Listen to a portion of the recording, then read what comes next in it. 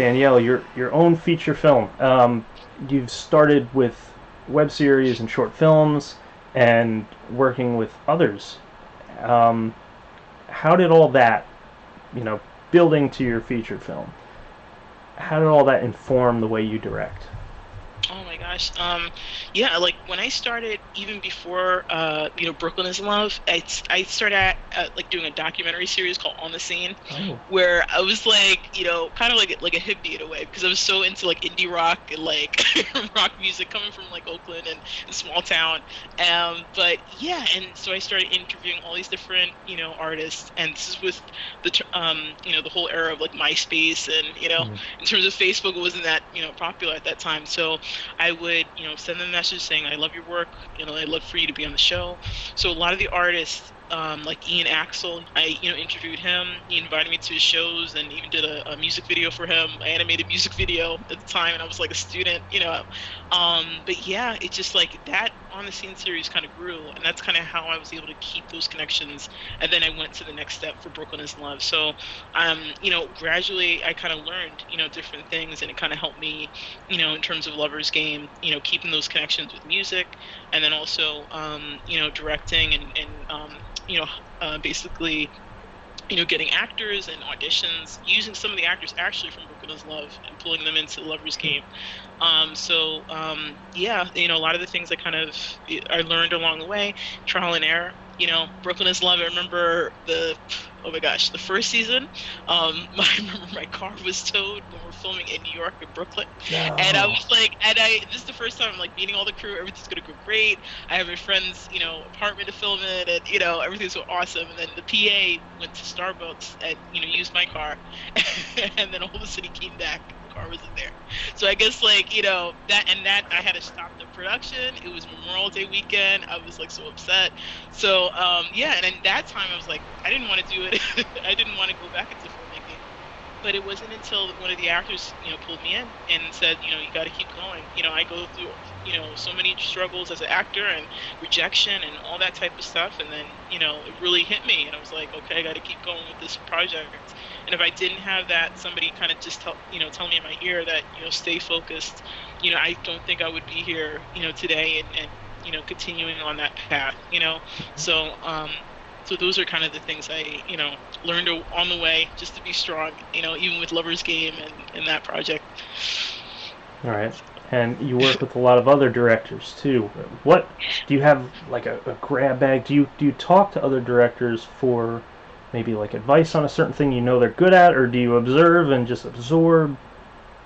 Yes, absolutely. I even a lot of the projects along the way, I do, producing. I also do like, ADing for bigger projects and directors that are kind of, um, much higher level than I am that work with celebrities. I worked with Swiss Beats. I was an AD on set, for a web series that they were launching, and I've learned. I was like, I looked at how the directors were and how they're just so professional. Even the producers, and they had a great creative team.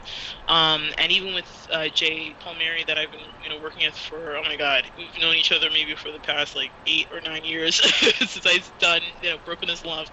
And seeing how he was able to do it, saved his money, works, during the day just like me, and was able to accomplish so much. It was like, wow, if this person, can do it, and he's come, from New Jersey all the way, by the Jersey Shore, was able to transfer all the actors from New York to do this project. It really lights a fire in me as a producer, and I'm like, wow, I want to continue on this path and help other filmmakers, and even motivates me as a director too, with my own projects. So Sure. And yeah. now let's talk about as a director. You've had to make a feature film, and that is a big, big step. And I imagine before you took that step, you were like, I gotta up my game.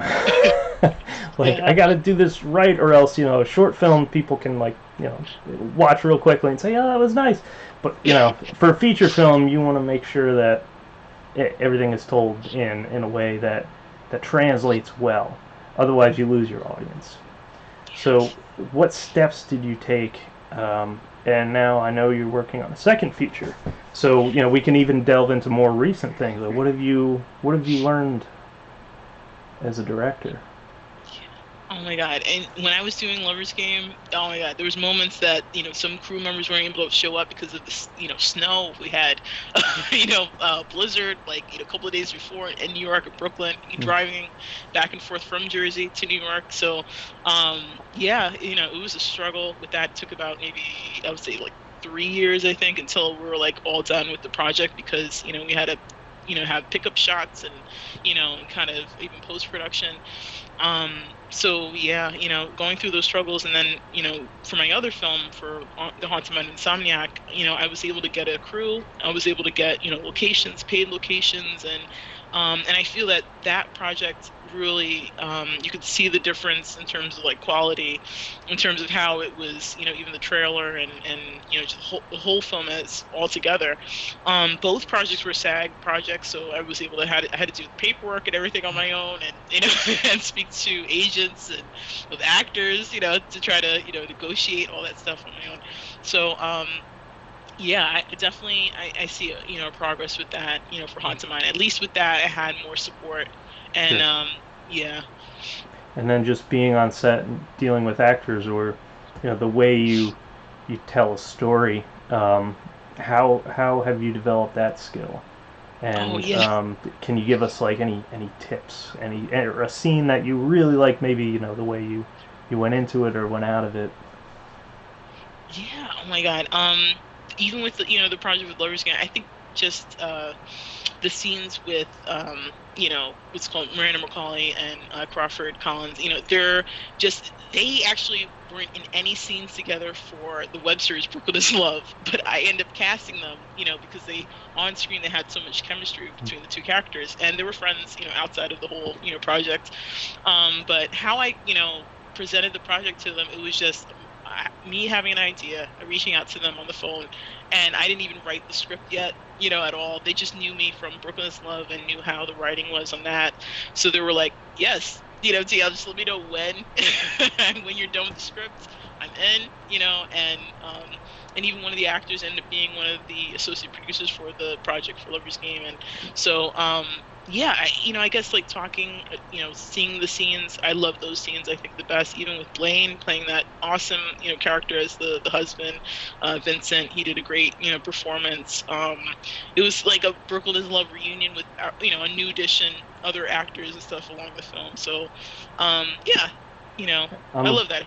Yeah, Yeah. I'm a big fan of using actors that I know work well together, and I Yes. know what they can do, and even to turn that a bit farther, like I know what they can do, Yeah. and maybe they It's kind haven't of like, done it yet. it's kind of like, like Christopher Guest, what's it called? That, all these films that he's worked on, he Yeah. always has that same cast Oh, ensemble, it's like, the exact same cast, and you're just like, oh, now she's her, and they're all different roles. So yeah, that's you're right. That's pretty funny.